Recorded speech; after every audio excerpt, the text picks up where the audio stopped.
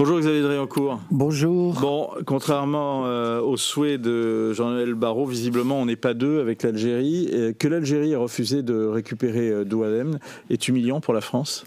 C'est en tout cas ce qu'a déclaré Bruno Retailleau ce matin. Monsieur Retailleau, j'ai entendu effectivement sa réaction et j'ai lu dans le Figaro là, tout à l'heure la réaction de Monsieur Retailleau qui justement est aujourd'hui à la sous-direction des visas à Nantes. Effectivement, le Figaro est avec lui et suit en direct cette visite. C'est la question qu'on pose sur le site du Figaro. Faut-il, au regard de ce qui s'est passé ce matin, dénoncer les accords de 1968 entre l'Algérie et la France ? J'en ai déjà beaucoup parlé, notamment ici. Mais justement, c'est pour ça que je me permettais de vous poser la question. C'est une mesure de long terme, mais qui dépend du président de la République. Donc, il faut que le président de la République soit d'accord. Il a dit lundi devant les ambassadeurs que la décision d'arrêter Boualem Sansal est un déshonneur pour l'Algérie. Mais ça, c'est une mesure de long terme. Il y a d'autres mesures que l'on peut prendre avant, et notamment peut-être que M. Retailleau a des idées, puisqu'il compte réagir. Il a fait part de son indignation. On assiste vraiment à une escalade là. Mais est-ce qu'il a eu raison de procéder à l'expulsion de Doualem sans s'assurer que l'Algérie le récupérerait ? Cette personne avait un passeport algérien, donc il n'y avait pas de laissez-passer consulaire à demander. Donc, il est algérien. Algérien. Alors, vous allez nous redonner un petit peu, justement, ce n'est pas une OQTF, c'est une expulsion, ce qui est différent juridiquement. Alors, quelle est la différence entre les deux ? Une personne expulsée, c'est une personne qui est en situation régulière en France et qui peut être expulsée pour un crime ou un délit. Une OQTF, c'est une personne qui est en situation irrégulière et qui est reconduite à la frontière et qui a besoin d'un laissez-passer consulaire. Mais cette personne, d'après ce que j'ai lu dans le Figaro, là, il avait un passeport biométrique algérien. Donc il n'y avait pas de doute sur sa nationalité. Mais, si vous voulez, il y a 3 mois, un de vos confrères, journaliste algérien, s'est rendu en Algérie pour des obsèques. Et lui est arrivé la même chose. Farid Alilat de Jeune Afrique, il lui est arrivé la même chose. Il a été refoulé à l'aéroport d'Alger. Et puis, on n'a rien dit. La presse n'en a pas parlé. Et donc les Algériens se disent on peut recommencer, puis là on va recommencer avec ce dénommé Doualem, puisque la France ne réagit pas. Mais il y a techniquement, pardon, je vous pose la question, mais je pose la question à l'ancien diplomate qui a dû gérer les affaires consulaires. L'avion qui transporte Doualem part en Algérie. Oui. Les Algériens refusent Doualem. Oui. Donc l'avion revient en France. Mais pourquoi la France l'accepte dans ce cas-là ? Il fallait qu'on le laisse, sinon qu'on le largue à l'aéroport ou qu'on bloque tous les passagers dans l'avion. Je ne sais pas, il peut y avoir des mesures de ce type. Mais effectivement, je vous dis, ça s'est déjà produit il y a 3 mois au mois de septembre. Même dans le fait que l'avion revienne en France, on a cédé aux Algériens. On n'a pas eu d'autres solutions sur le champ. Ou alors, il fallait ouvrir la porte et le larguer sur le tarmac de l'aéroport. Quoi. Mais je pense que M. Retailleau va sans doute réfléchir à des mesures de rétorsion. Doualem organisait des rassemblements en faveur du président Tebboune à Montpellier, s'en prenait virulemment à la France. On lui connaît d'autres actions à ce... Je ne sais pas, je ne le connais pas. Et que vous inspire justement cette crise des influenceurs en France actuellement ? Que visiblement, il y a une escalade aujourd'hui dans la relation franco-algérienne. Il y a eu le discours il y a 10 jours du président algérien qui était extrêmement violent.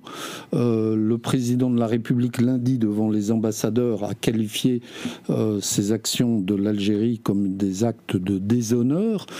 Donc ensuite il y a ces influenceurs, là c'est influenceurs entre guillemets. Donc est-ce que tout cela est coordonné par Alger ? Est-ce que ce sont des relais algériens qui sont utilisés ? Je crois qu'il faut se poser la question. C'est peut-être pas un plan imaginé à Alger. En tous les cas, dans les influenceurs qu'on voit, et c'est ce que montrent les réseaux sociaux du Figaro sur ces images et sur ce sujet d'Axel Chouvel, on voit quand même le directeur de la campagne de Tebboune en France organiser des réseaux de communication en Algérie. Le directeur de la campagne du président algérien, c'est le recteur de la mosquée de Paris. À ma connaissance, le cardinal archevêque d'Alger n'était pas le directeur de la campagne du président de la République en 2022. Donc c'est un peu un mélange des genres. Un recteur de mosquée s'occupe de religion. Un archevêque s'occupe de religion. Mais ils ne font pas ni l'un ni l'autre de politique, et surtout de la politique intérieure du pays où ils sont en fonction.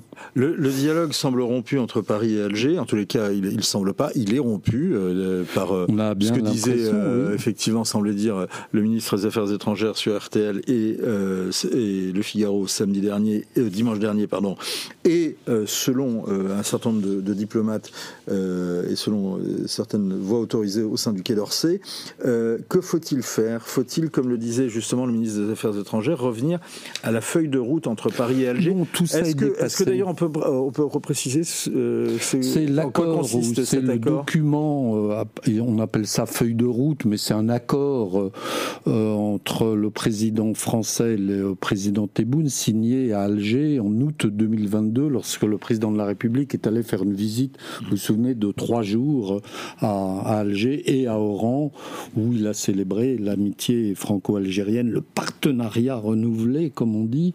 Voilà, tout ça est dépassé aujourd'hui.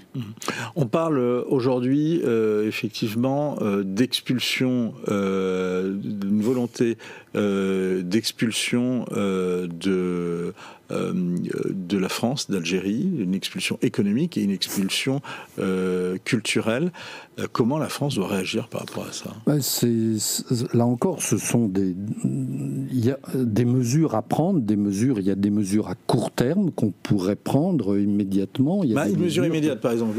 Mesure immédiate, écoutez, par exemple, vous parliez de l'avion Air Algérie, si Air Algérie transporte des passagers et que les passagers ne peuvent pas descendre, interdisons Air Algérie. Donc eux, en rétorsion, ils interdiront Air France. Mais qui sera piégé ? Ce seront les Algériens, parce qu'il n'y a pas beaucoup de Français qui vont passer des vacances en Algérie. Et puis plus immédiatement, je vous donne un exemple. Les diplomates français en Algérie, à Alger, mais aussi à Oran et à Annaba, dès qu'ils veulent sortir de leur ville, d'Alger, d'Oran ou Annaba, ils doivent demander une autorisation à la police algérienne et être escortés. Alors, on n'est pas libre de ces mouvements en Algérie contre les diplomates. C'est pour ça que personne de l'ambassade n'a pu aller au domicile de Boualem Sansal, qui est à Boumerdès, à 40 km d'Alger, parce qu'il faut une autorisation pour sortir d'Alger. Disons que, je ne sais pas si M. Retailleau nous écoute, mais je lui suggère cela. Lundi, il décide, puisque ça dépend uniquement de lui, il décide que les diplomates français, les diplomates algériens en France, les gens de l'ambassade qui est dans le 17e arrondissement, au Parc Monceau, les gens du consulat qui sont porte de Vincennes, et les différents consuls d'Algérie en France ne pourront pas se déplacer en France sans avoir une autorisation. Qu'est-ce qu'on risque pour un diplomate français en Algérie si on se déplace sans autorisation ? Il vous arrête et il vous renvoie. C'est arrivé au numéro 2 de l'ambassade qui était allé se déplacer au moment des incendies de forêt en Kabylie pour aller remercier les pompiers français, et il n'avait pas eu d'autorisation. Il a été reconduit à Alger, manu militari. Donc faisons la même chose. L'archevêque d'Alger, les religieux en Algérie, ils doivent avoir une autorisation et une escorte également pour se déplacer. Le recteur de la mosquée de Paris, disons-lui qu'il ne pourra pas se déplacer en France hors de sa mosquée sans autorisation. Ce sont des choses simples à faire. Ça risque pas d'arranger vos relations avec lui ? Ça ne risque pas. Non, mais c'est dans leur intérêt, c'est pour leur sécurité, pour qu'ils ne rencontrent pas des Français qui sont les relents du colonialisme, comme on dit à Alger, ou même qu'ils ne me croisent pas parce que voilà, c'est pour leur sécurité. Ça, c'est le discours qui est tenu en Algérie par rapport pour les diplomates, par exemple. C'est la justification rhétorique. C'est pour assurer notre sécurité et pour nous surveiller. Alors, dans l'actualité également, Xavier Dréancourt, il y a un rassemblement, on a parlé de Boualem Sansal, il y a un rassemblement qui est prévu visiblement ce week-end. Son avocat François Imray a donné des nouvelles en fin de semaine, et je vous propose de l'écouter. Écoutez, les nouvelles que j'ai sont indirectes, et notamment par ses avocats. Et c'est pour ça d'ailleurs que je souhaite pouvoir le voir, et ça me paraît vraiment nécessaire. Il ne va pas mal, mais en même temps, c'est un homme âgé et affecté d'une maladie grave. Il est actuellement détenu au pavillon pénitentiaire de l'hôpital Mustapha d'Alger. Donc il fait l'objet d'un suivi attentif, mais ça ne suffit pas. Il n'en demeure pas moins, encore une fois, qu'il est âgé et qu'il est fragile. On a d'autres nouvelles ? Non. J'ai vu François Imray, effectivement, il y a 48 heures, c'était avant cette déclaration, là, mais il disait exactement la même chose. On s'est vu en petit comité avec les membres du comité de soutien à Boualem Sansal, Jean-Michel Blanquer, Georges-Marc Benamou, Christian Stophaes, etc. Et non, il nous donnait, Arnaud Benedetti, Noël Lenoir, et il nous donnait les mêmes informations. Le pavillon pénitentiaire de l'hôpital Mustapha, les conditions on de regarde détention. sur Google Earth, j'ai montré à Jean-Michel Blanquer sur Google Earth l'endroit où il était exactement à Alger. Les conditions de détention dans ces cas, les conditions de détention pour une personne âgée de 80 ans, c'est pas l'idéal, c'est évident. Même si c'est l'hôpital et non pas la prison.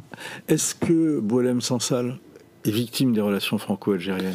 Il est pris en otage.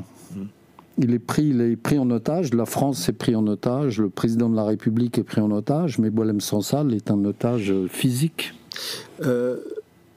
Visiblement, la France, en tous les cas, les autorités françaises n'ont pas accès à Boualem Sansal sur place. Qu'est-ce qui pourrait faire évoluer la situation ? Pour l'instant, nous sommes dans une situation de blocage et, comme nous le disions au début de cet entretien, il y a une véritable escalade et une stratégie délibérée de la part de l'Algérie. Donc jusqu'où vont-ils aller et jusqu'où vont-ils aller sans que nous réagissions fermement ? Je crois que c'est ça la question. Donc il faudra à un moment ou à un autre arriver à ce que j'appelle un rapport de force ou la réciprocité, comme on dit en termes plus diplomatiques, avec l'Algérie. Donc il y a toutes les mesures dont nous avons déjà longuement parlé ici même. Si une de ces mesures dont vous avez parlé, notamment les demandes, les mises en place d'escortes pour des diplomates... Ne serait-ce qu'une demande d'autorisation. Ou des demandes d'autorisation. Est-ce que ces demandes d'autorisation... Qui pourrait les décider ? C'est le ministère des Affaires étrangères ou le ministère de l'Intérieur uniquement. Donc ça relève de l'Intérieur. Oui.